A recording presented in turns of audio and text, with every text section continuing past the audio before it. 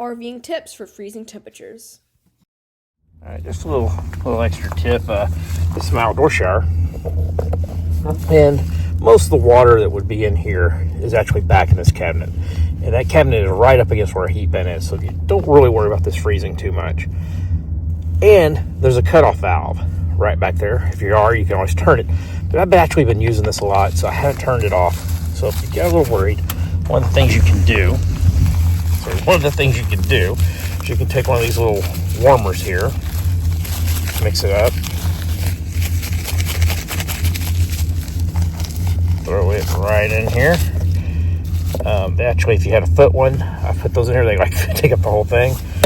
Now put a little heat in there for a few hours if it's getting really cold, and kind of keep that from potentially freezing. Just another note, if you're like us and you have one of these electric fireplaces, obviously the fire is fake, but they have the little heaters in here, and you can set them for time or temperature, continuous run, just like any little electric heater that you could probably purchase. If you're using an electric heater, keep in mind that a lot of campers, like mine, has ducts from the gas heater that keep your tanks from freezing, and maybe keep your lines from freezing underneath the cabinets and stuff. It's ducted heat, and if you're not running your gas heater, that stuff underneath the camper or in your storage areas could freeze over. So if you're going to use the gas and it's below use the electric and it's below freezing, set the electric lower than what you're setting your furnace. That way your furnace will still run enough to keep everything going, and this will just supplement, maybe keep your propane costs down. However, if it's above freezing, we can generally keep our camper warm with just this little electric heat. It's amazing how it will keep this whole thing warm, or even just knock off the nippiness in the morning. So yeah, great thing to have. Just remember that if you set it too high, it may keep your camper and thus your thermostat at a room temperature, so your furnace never kicks on. And if your furnace never kicks on, then you are going to end up with frozen pipes below if it's freezing outside. So you don't want to do that. Every time we talk about temperature, I want to just bring up the Waggle. Now, the Waggle is a device made for its primary purpose is for people who have pets, to make sure that the temperature is good in your camper while you're away, and it'll alert you of several things. This one is plugged into the USB, but you can also plug it into your alternating current or your normal outlet when you're on shore power, or if you're running your inverter. And there's a couple reasons you might want to do that. One, the second it loses power, it runs on battery, but it will alert you that you lost your power source. There it goes. I don't know, you probably can't see that, but on my phone just popped up, power loss alert. Just sent by text by Waggle to me because I unplugged it from the power source.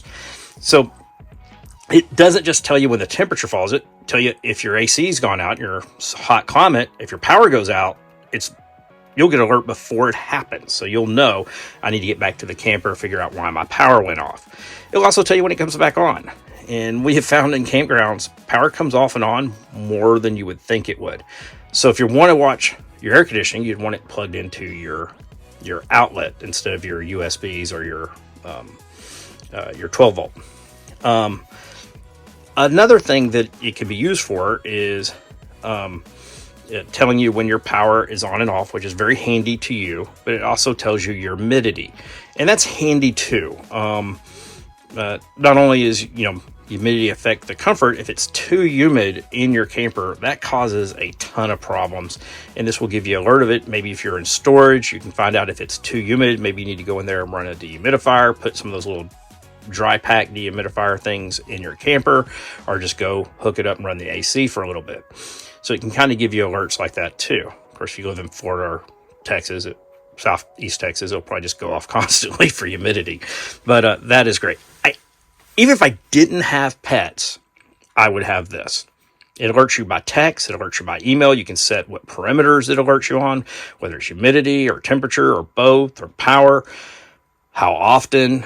And you can also just check the status, which gives great comfort to where you're at. Now, as I've talked about in other videos, we also have a temp stick, which works just off Wi-Fi. So it's only good if you're internet's going and connected to your internet, and it just doesn't have the functionality of this. Now, the good thing with the temp stick, you buy it, you're done. There's no subscription whatsoever. With Waggle, I mean, this is a cellular device. You're going to pay your subscription. I will put a link for the Waggle below. Keep in mind, I do get something if you use my link, so you don't have to. But I think you get a discount if you use my link too, a pretty good one. So I would check it out at least. Maybe look elsewhere, see if you can get the best deal. But the service to me, absolutely worth it. I'll look up what the current price is and post it below, or post it somewhere on here somewhere. Absolutely. If you have a pet, absolutely. Even if you don't have a pet, this is just really handy.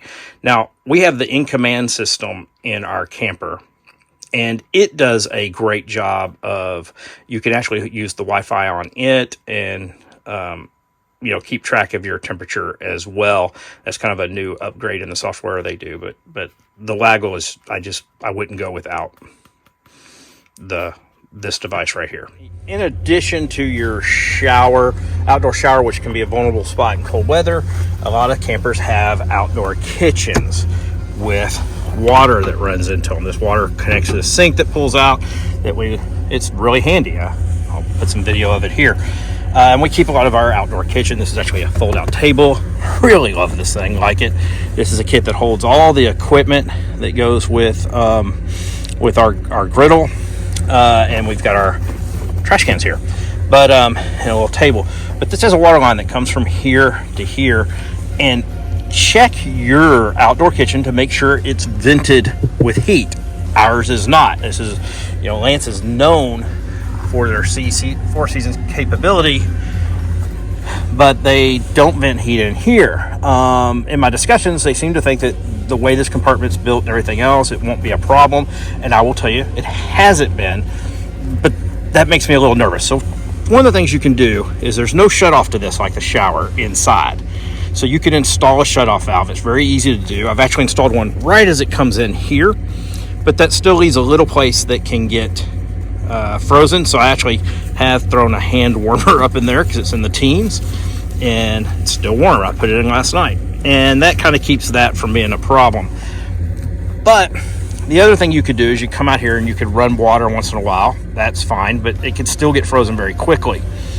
Another alternative is to use something to create heat. What this is a dog bed that plugs in, and you can and it creates heat. We actually have ones that runs on 12 volt through USB, and this one actually plugs into an outlet. And I have put it in here and plugged it in. Now, I don't have an outlet in here right now, so I had to run something. There's actually a way to push a cord through and plug it in inside, but that keeps that nice and toasty in here, or at least warm enough not to freeze. I'm not going to say toasty, but it's not going to freeze in here just from this heat from this little heating bed. And you can put it on, it has a thermostat setting on it. So I'll put a link to that on Amazon as well. But you set that thermostat, and that way if it's getting below freezing, this will kick on, kind of warm up the area. If I was really concerned about it, I think the best thing you could do is install a shut-off switch. There's a place I can do it under the sink, and I'll probably do that at some point. But I'll probably go ahead and install an outlet out here as well. They'll have a 12 volt and an AC, so I could use either type of blanket beds. Problem with that is, it does draw on your power. So you have to be, cognizant of how much power you're using. These heating beds can actually use quite a bit of power over time. But I think that would be a nice selection. But I would like to have that anyway out here, to have a plug-in. We have plug-in down the camper here, but I've always thought it'd be nice to have one right here. So I'll probably do that. But the tip here is, just be cognizant of your outdoor plumbing. It seems to get overlooked even in these four-season campers, and I've seen this in a number of brand of campers. Hopefully manufacturers will do a better job moving forward. My next tip is to simply get a good propane monitor. Running out of propane in freezing weather can be a real problem. It can cause your pipes to freeze or you to freeze. And a good monitor will let you know not only where your tanks are when you check, but can send you notice when you're running low, so you can make sure you swap out the tanks in time. I'll leave a link below for some monitors that I recommend. Once you're in a cold environment, and your windows are getting hot and cold, and you're running things like a kettle and showering, the next thing you want to worry about in your camper is humidity. Now, we haven't had any humidity problems this time, but we have in the past, and we have a simple solution for that. First thing on humidity, what you can do is you can open up your vents and run them every now and then. That'll help tremendously, especially that bathroom vent when you're showering.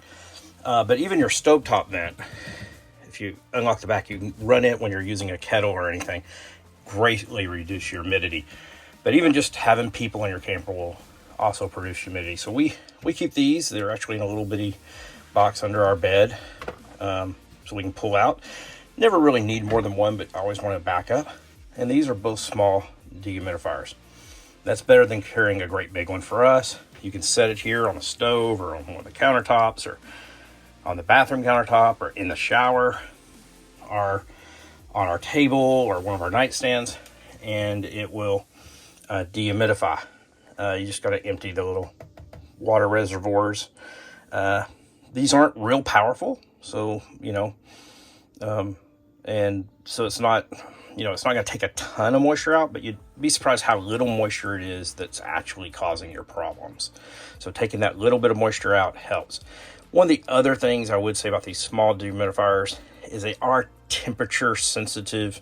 If you're not keeping the temperature in the right range for them to work, they're not going to do a great job. But if you're keeping your temperature in your camper like we do, somewhere between 65 and 75, they'll work just fine. But if you're trying to dehumidify and you're letting it get really cold, they lose their functionality. So, if you're down in the 40s, it's probably not going to do a lot for you. So these work really well. They're fairly inexpensive. I'll put a link to them down below so you can order one if you want. But we like to have them as backup. We've only had to pull them out a few times. We were in Nashville, got caught in a snowstorm, and it was also just coming down the whole time. Very humid. Everybody's showering. We're cooking inside. We're doing everything inside. That's when we decided we had to get these, and we got them, and it worked great. So that's our solution for humidity. Though, to be honest, generally don't have a whole lot of trouble with humidity. The Lance put some pretty good windows in this unit. We have some good ventilation when we need it. So we don't need a lot. But when we do, this is the solution. And I'm running this little dehumidifier here. Like I said, this is the water reservoir. I just dump it in the gray tank or dump it outside as it fills up. Check it every couple hours. You should be fine. It'll turn itself off. Has a little flow off, so you don't have to worry about it overflowing. Some people actually will drill a hole in them and then sit them in their sink, so they just continuously run. I mean, this thing will never fill up a 45-gallon gray tank at any reason, threat time. So I don't think you have to worry about that. But I do know people who do that. I wouldn't do it and store it that way because I guess in that circumstance it could fill up your gray tank. But whatever. We use it like this. We don't find it too inconvenient. One bad thing about this Lance is they put the only plug in the kitchen really off on that side, which I think is dangerous. Somebody could pull your kettle off, etc. We'll be probably adding a plug here or here for devices that we use here. There's actually an outlet in this cabinet that's used by the microwave, so we'll probably do that. I digress. This is how this little dehumidifier works. You just turn it on. You can turn the light on or off. You don't have to have it on. And just let it run, and it will take care of your humidity problem. See you next time, I guess. Hope you enjoyed that video. Tell us down below if you liked it or not, and I'll see ya. Have a good day, I guess, or night. I don't know what you're doing.